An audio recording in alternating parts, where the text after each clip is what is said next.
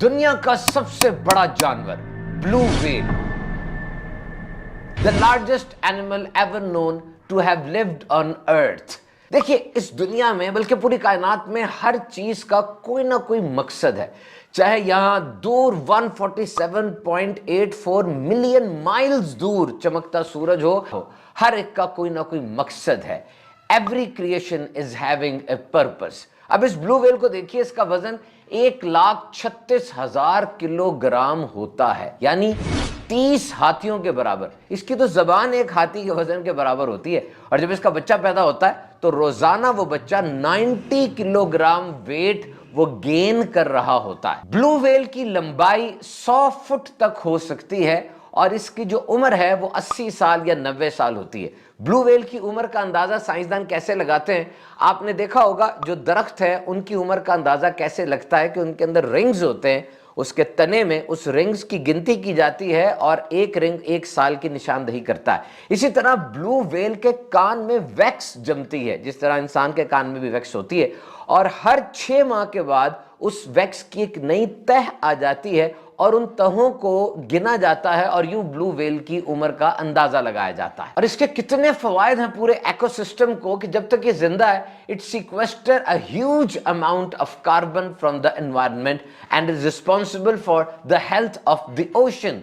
ये हवा से कार्बन को ले लेती है, और इस तरह जो समुंदर है उसकी सेहत में, उसकी हेल्थ में बड़ा मुबिद व मुआविन किरदार अदा करती है। व्हेल मछली रोजाना 18,000 किलो खुराक खाती है, और इसका ये खाना समुंदर की आबादी को भी कंट्रोल में रखता है। और जब ये व्हेल मछली मूव करती है एक जगह से दूसरी जगह पर, तो इसकी मूवमेंट इतनी तेज होती है, उसे व्हेल कन्वेयर बेल्ट या व्हेल जंप कहा जाता है कि इसकी मूवमेंट से समुंदर की तह में मौजूद मिनरल्स और दीगर चीजें हिल जाती हैं, जो कि समुंदर की जरखेजी का सबब बनती है। वैसे तो व्हेल मछली के शिकार पर बहुत से मुल्कों में पाबंदी है, लेकिन इसका गोश्त भी बहुत मजेदार होता है। और हमारी इस कहानी का क्लाइमेक्स तब आता है जब व्हेल की मौत आती है। साइंस कहती है कि जब इसकी मौत आती है तो ये अपने नेस्ट से, अपने घर से बहुत दूर तैर के चली जाती है, और वहां जाकर फिर एक आखिरी डाइव लेती है, जिसे व्हेल फॉल कहा जाता है, और समुंदर की गहराइयों में जाके कोलैप्स कर जाती है और मर जाती है।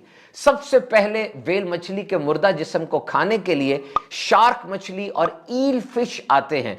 ये ईल फिश वो मछली है जिसमें बिजली निकलती है। जब भी इससे शिकार करना हो या इसको कोई थ्रेट हो एनवायरनमेंट से, इसके जिस्म से 800 वोल्ट तक बिजली निकलती है। ये व्हेल मछली को खा जाते हैं, और उसके बाद फिर टाइनी वॉर्म्स आते हैं, छोटे छोटे बैक्टीरिया, पैरासाइट्स, जो व्हेल के साथ चिमट जाते हैं और बाकी जो कुछ बचा उसको खाना शुरू कर देते हैं। और उसके बाद अब ज़ॉम्बी वॉर्म्स आते हैं।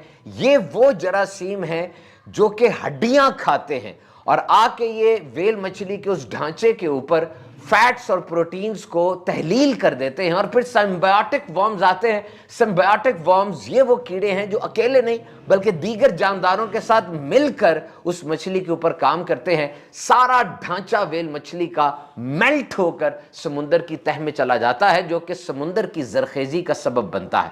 और ये सारा अमल जो मैंने आपको बताया मौत के बाद का, ये 100 साल में तकरीबन मुकम्मल होता है।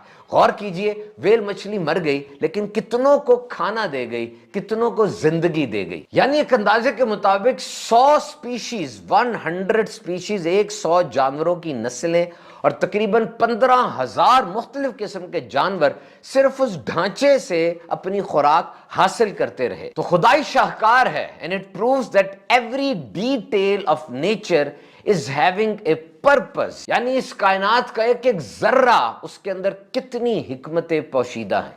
तो ऐ गाफिल इंसान, तो भी जाग जा और समझने की कोशिश कर कि दुनिया में तकरीबन 85 लाख 85 लाख मुख्तलिफ किस्म के जो जानवर हैं, और 4 लाख से ज्यादा प्लांट्स की, पौधों की जो स्पीशीज हैं, ये सब की सब दर हकीकत तुझे सर्व करने के लिए हैं, तेरी खिदमत करने के लिए हैं। सूरज अपनी रोशनी से खुद फायदा नहीं उठाता, दरख्त भी अपना फल खुद नहीं खाते, समुंदर भी अपना पानी खुद नहीं पीता। ये सब के सब इंसान को सर्व करने के लिए हैं। तो ऐ इंसान, ये तो सोच कि आखिर तेरी तख्लीक का मकसद क्या है। खालिक कायनात ने फरमाया, और मैंने जिन और इंसान इसलिए बनाए कि मेरी इबादत करें। नमाज, रोजा, हज, ज़कात, ये तो बुनियादी पिलर्स हैं, सतून हैं।